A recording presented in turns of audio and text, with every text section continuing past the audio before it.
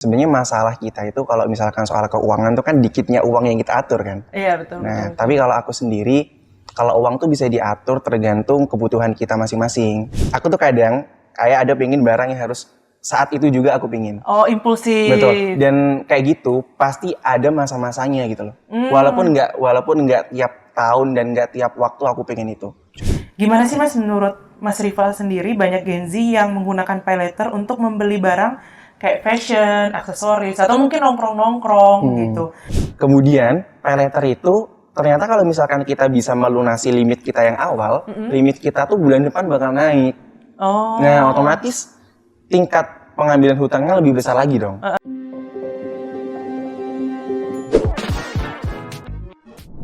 Oke Mas, sekarang saatnya kita menjawab beberapa pertanyaan dari teman-teman 11. Jadi pertanyaan pertama, tips and trik mengelola keuangan sebagai mahasiswa. Mungkin kalau emang selain 50, 30, 20 tadi Mas, kira-kira apa nih tips and triknya?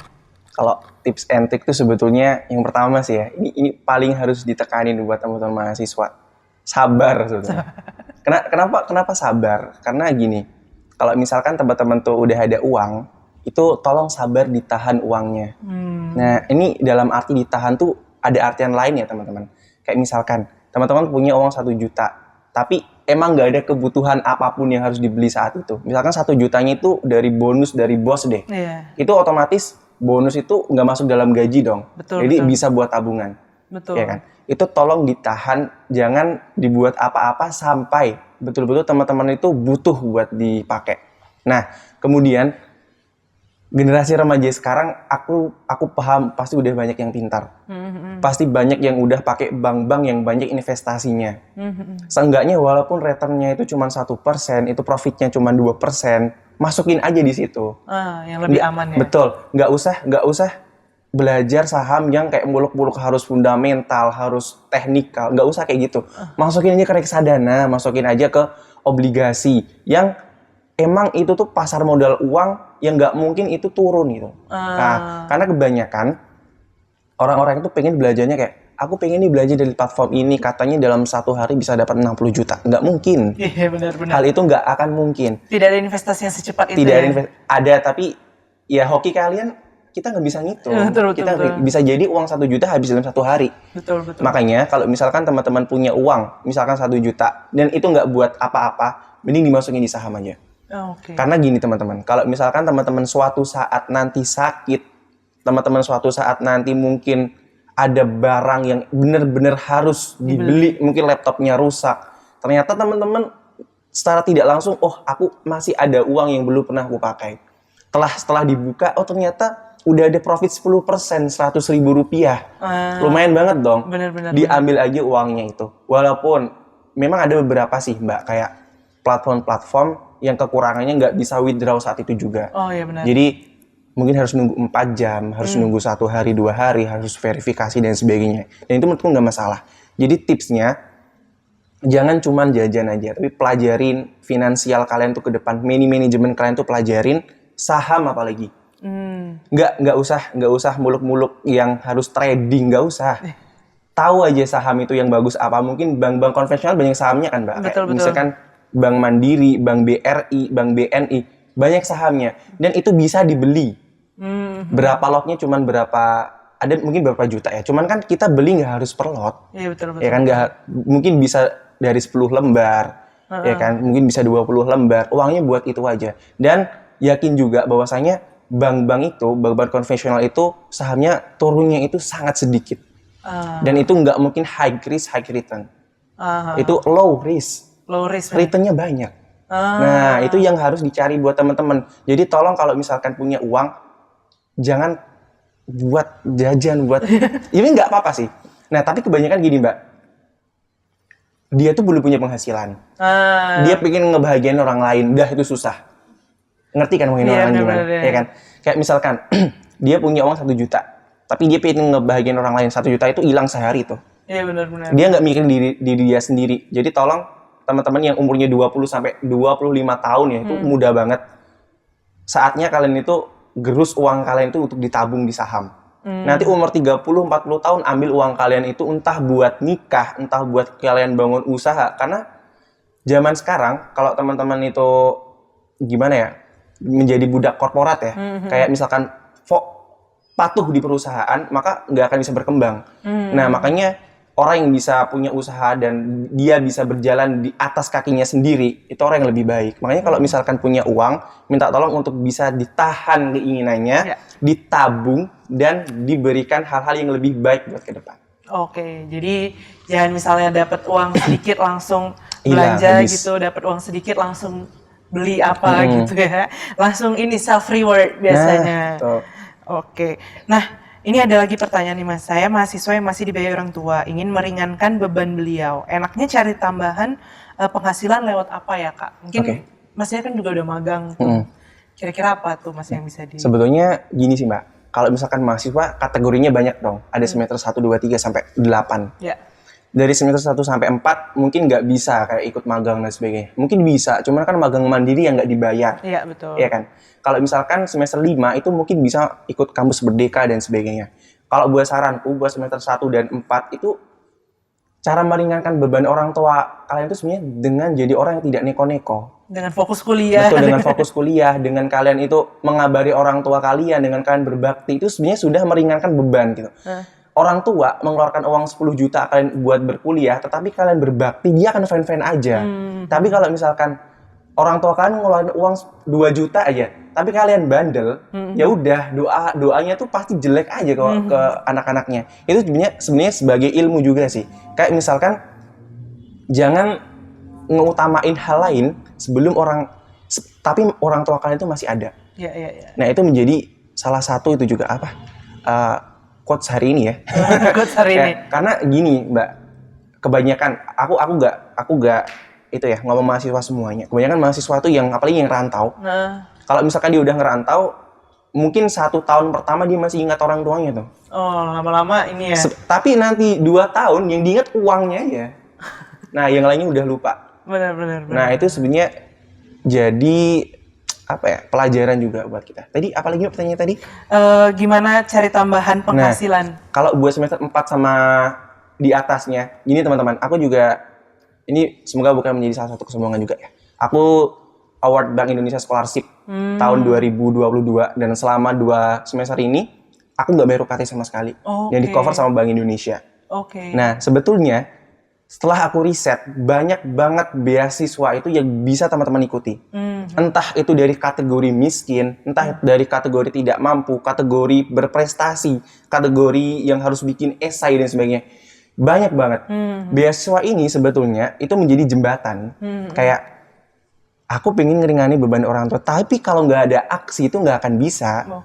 Ya aksi kalian tuh, ya udah kalian cari info. Cari beasiswa, entah nanti jadi asisten dosen.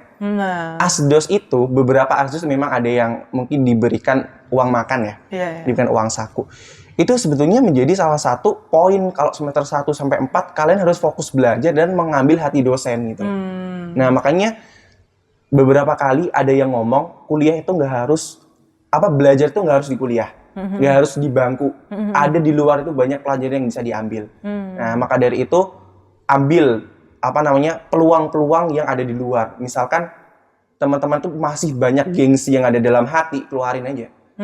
Apalagi nih ya, mbaknya kan sebagai dosen FISIP juga.